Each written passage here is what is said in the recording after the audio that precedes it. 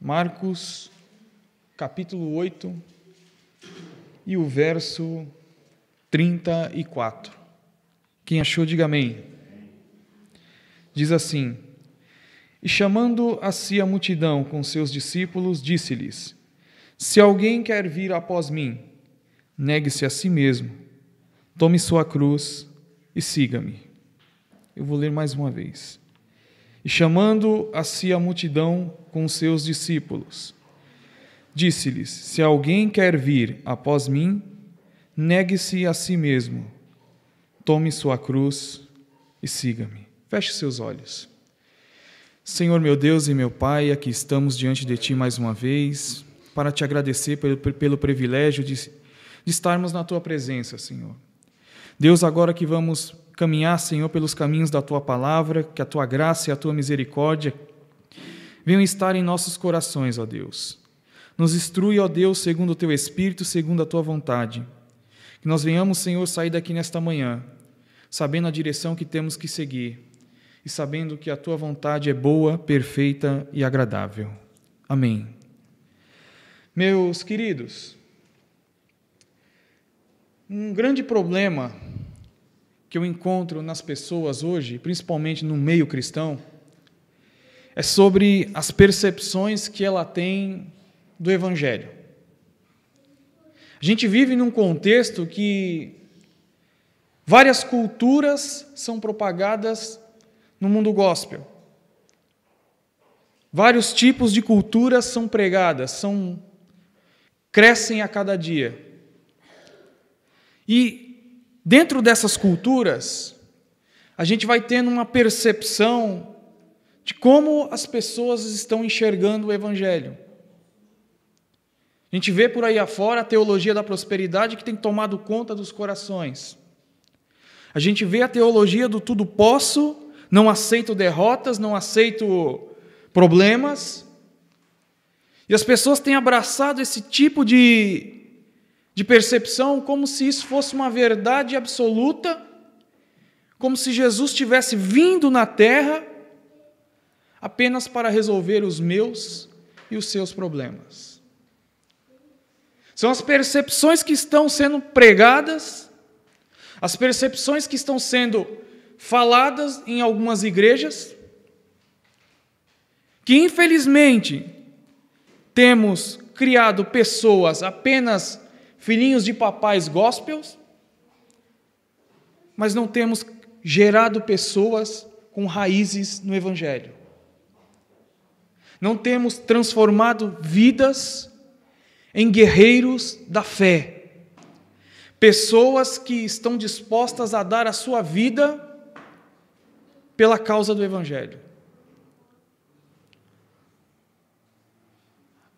O grande problema, a minha grande preocupação é como estará essa percepção daqui a 10 anos. Como é que nós vamos enxergar o Evangelho daqui a 10 anos? Como é que os nossos filhos vão entender o Evangelho daqui a alguns dias? Porque da forma que está indo, do jeito que está sendo levado, nós vamos ter pessoas cheias de si mesmo, cheias do seu ego, cheias da sua vontade própria e vazias de Deus. Vazias da percepção das lições que Cristo deixou nessa terra.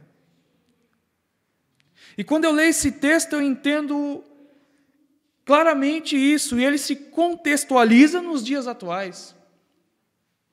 Porque aqui os discípulos, se nós analisarmos no capítulo 8, do verso 27 da confissão de Pedro,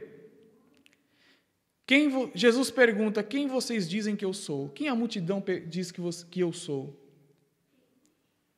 Uns dizem que você é Elias, outros dizem que tu és um dos profetas. Jesus então pergunta diretamente aos discípulos: e vocês? Quem dizem que eu sou? Pedro, cheio daquela euforia momentânea, de uma espiritualidade apenas movida pelo momento, diz: tu és o Cristo, Filho do Deus vivo. aparentemente parece uma resposta lógica.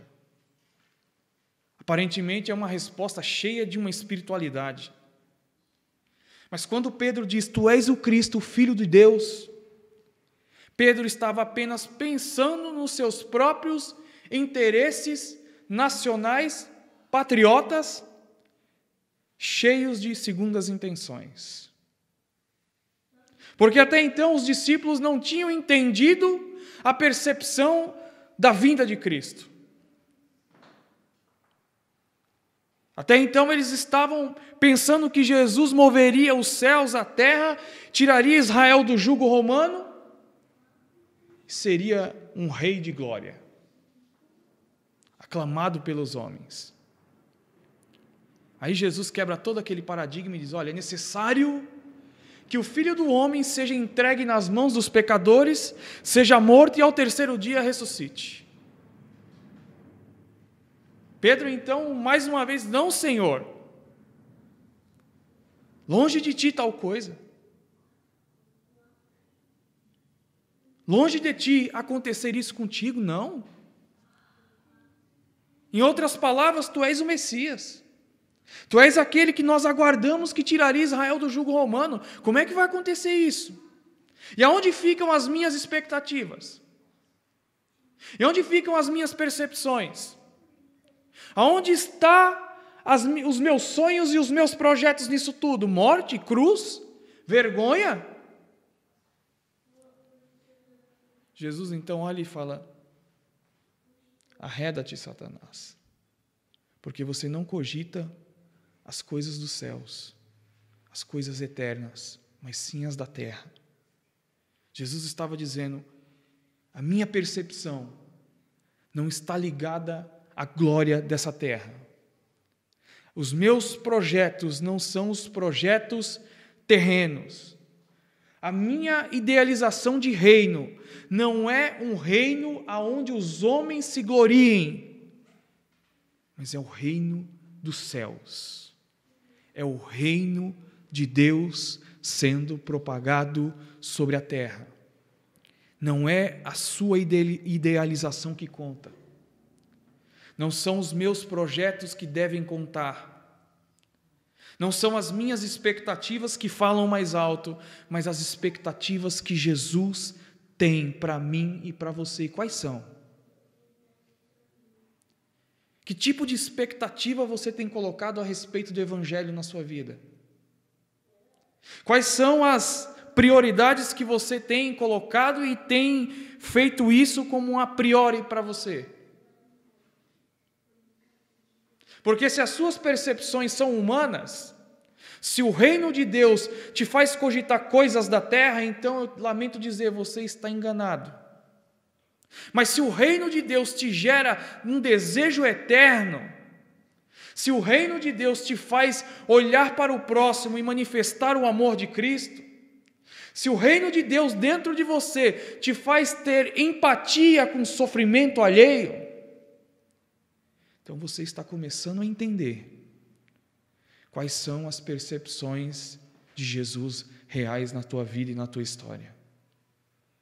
E aí Jesus quebra tudo e diz assim na mente deles, chamando a si a multidão, se alguém quer vir após mim, negue-se a si mesmo, tome sua cruz e siga-me. E aí nós aprendemos algumas lições preciosas para as nossas vidas. Primeiro, transforme aquilo que você diz que crê naquilo que você quer. Transforme aquilo que você crê naquilo que você quer. Jesus disse, se alguém quer, vocês dizem que querem. Vocês estão dizendo que o reino, abraçam o reino. Mas tenham essas atitudes em sua vida. Transforme essas palavras que saem da sua boca em atitudes verdadeiras e genuínas. Que não sejam apenas de palavras, mas que sejam de realmente entrega. Se você quer, então haja como alguém que quer. Se você quer seguir após mim, o caminho está traçado. É sofrimento, é cruz, é tragédias, é perseguição, é Jerusalém, é morte. Esse é o caminho. Não existe outra realidade do Evangelho. Não existe outra percepção. Jesus estava dizendo aos seus discípulos: olha, não adianta vocês falarem, estarem cheios de um discurso religioso, de um discurso politicamente correto, de que tudo está perfeito, eu abraço a causa, mas quando a vida te chama para uma responsabilidade, você corre. Quando o Evangelho te chama a responsabilidade, você nega. Quando o Evangelho te chama a responsabilidade, às vezes nós traímos Jesus. Que tipo de percepção está sendo gerada na sua mente, no seu coração? Que tipo de atitudes você tem tido no decorrer dos seus dias com a sua esposa, com o seu marido, com as suas filhas, com seus filhos? Será que condizem com essa espiritualidade que você diz que tem? Será que a minha conduta com as pessoas que estão ao meu redor condiz com o eu querer? Ou eu estou apenas vivendo de palavras? Ou estamos apenas tendo uma percepção errada do que aquilo que aprendemos? O que Deus nos chama a responsabilidade nessa manhã, a mim, a você, é de que as nossas atitudes venham falar mais alto do que as nossas palavras. Foi por isso que Paulo escreveu e disse que vós sois a carta viva do Evangelho. Quando Paulo estava dizendo isso, ele estava dizendo: olha, não adianta vocês pregarem, não adianta vocês gritarem, não adianta vocês falarem língua dos anjos, língua dos homens, línguas estranhas, mas se a realidade de vocês não condizer com o que está sendo falado, nada disso tem sentido. Nada disso é real. Eu vejo muitas pessoas emocionadas. Eu vejo muitas pessoas vivendo de emoções dentro das igrejas. Vivendo de uma espiritualidade que aparentemente parece algo saudável, mas quando vai ver, quando a vida chama, quando o Evangelho te chama a responsabilidade, a pessoa não tem força. Vejo pessoas constantemente em montes orando, em vigílias orando, mas quando tomam uma pancada da vida, não era isso que Jesus queria para mim. Espera aí, Jesus está dizendo aqui, se alguém quer vir após mim, a minha realidade é essa. Negar a si mesmo. Negar essa existência miserável. Negar esse bicho homem, que todos os dias entra em contradição com a própria existência. Negar a minha razão de ser, porque a minha razão de ser não é mais minha, é dele. Se eu vivo por ele, para ele são todas as coisas. É negar a realidade dos meus pensamentos, como Paulo diz lá em Romanos, no capítulo 12, e não vos conformeis com este mundo, com esse sistema corrompido, corrupto, mas renovai a vossa mente todos os dias no Evangelho, tendo a certeza de que a minha e a sua percepção não tem que ser aqui. Porque Paulo também disse, olha, se nós esperarmos apenas nessa terra, seremos os mais miseráveis que existir. Então, negar a si mesmo é anular essa existência para que a vida de Cristo habite plenamente no meu ser. É deixar que Cristo viva realmente em mim. Paulo chega a dizer, não vivo eu, anulou o si mesmo. A natureza do bicho-homem foi morta. Mas Cristo vive em mim, e eu não vivo mais segundo a minha carne. Então, quando Jesus nos chama a essa responsabilidade de dizer, se alguém quer vir após mim, negue-se a si mesmo, é negar o John, é negar eu mesmo, é andar simplesmente como os pensamentos de Jesus, é dizer que a realidade da minha vida não serve para nada se não for conduzida pelo caminho que Ele já traçou, que Ele planejou, que Ele traçou dentro do Evangelho. Segundo, faça da cruz o seu maior projeto de vida. Esse negócio de cruz é um negócio muito complicado, porque quando se via alguém carregando uma cruz, sabia que aquela pessoa era um amaldiçoado. Quando viam alguém carregando uma cruz indo para o Gólgota, era o sinal que aquela pessoa estava condenada à morte. Estava direcionada a morrer. E a cruz geralmente era para os ladrões, assassinos, estupradores, as piores espécies que existiam na época. Era uma morte horrível. E quando Jesus chama essa responsabilidade, se alguém quer vir após mim, negue-se a si mesmo, tome sua cruz e siga-me. Tomar a cruz não é fácil. E quando eu falo de cruz, eu não estou falando daquele filho rebelde que você tem em casa, eu não estou falando das discussões que você tem entre marido e mulher, eu não estou falando daquela sua sogra que às vezes pode ser um pouco chata. Não, tomar a cruz está além dessas percepções humanas.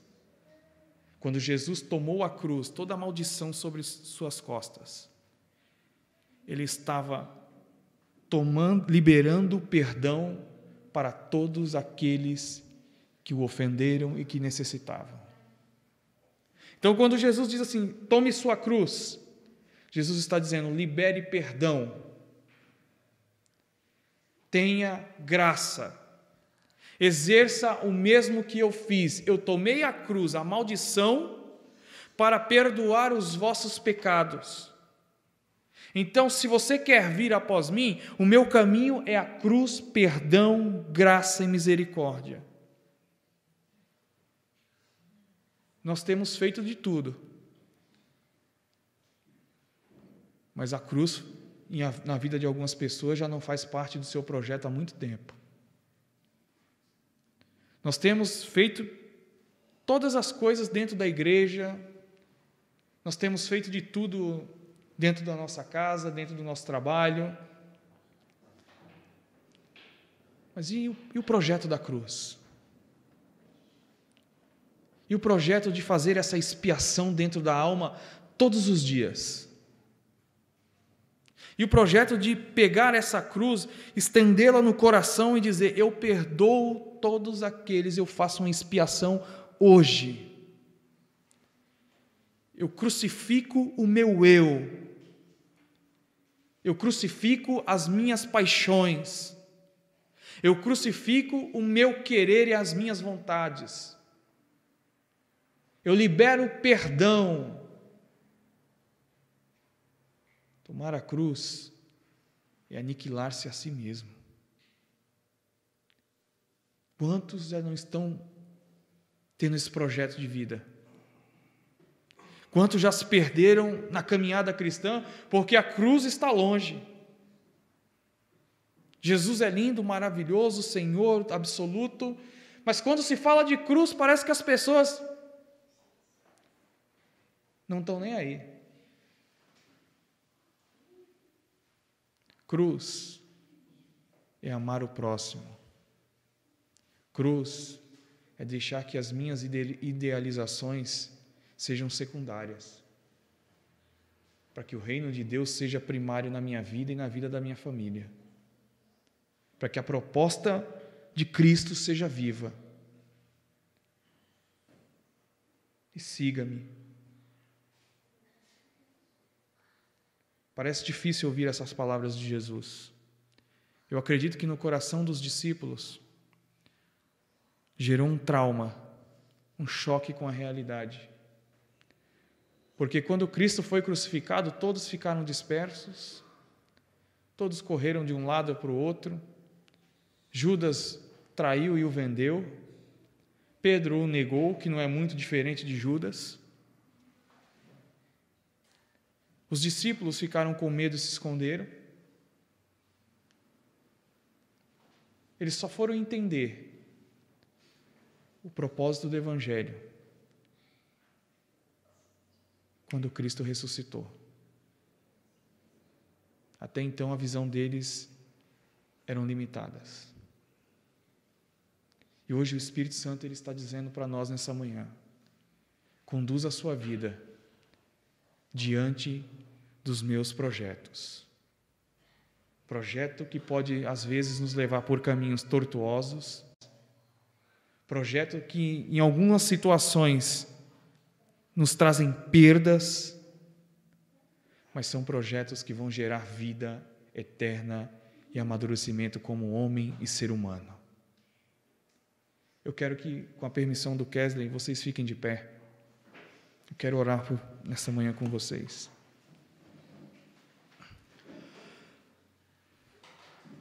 Se você, nessa manhã, tem essa percepção na sua vida de que você precisa negar a si mesmo,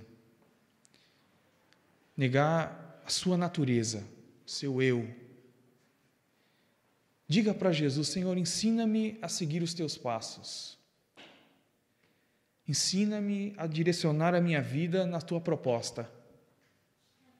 Ensina-me, ó Deus, a guiar o meu coração de acordo com a percepção do teu evangelho no meu coração. Porque quem te ajuda é o Espírito Santo. E ele está aqui no meu coração e no seu coração nessa manhã.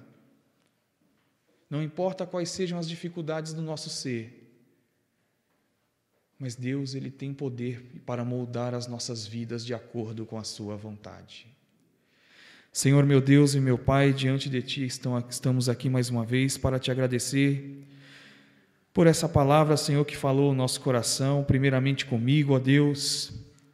Senhor, que ela venha gerar frutos de vida eterna no coração dos Teus filhos que aqui se encontram. Pai, que nós venhamos, Senhor, mastigar essa palavra no nosso coração daqui a alguns dias, alguns meses e alguns anos, Senhor. Eu acredito que o Teu Espírito nos fará lembrar das palavras que foram aqui ditas. Que quando formos, Senhor, falar de Ti, nós venhamos ter percepção, Senhor, se não estamos apenas falando, mas que venhamos a ter também atitudes que correspondem às palavras que dizemos de Ti, Senhor. Que nós venhamos ser cartas vivas, em amor, em graça, em misericórdia. É o que eu quero Te pedir, Senhor, em o nome de Jesus.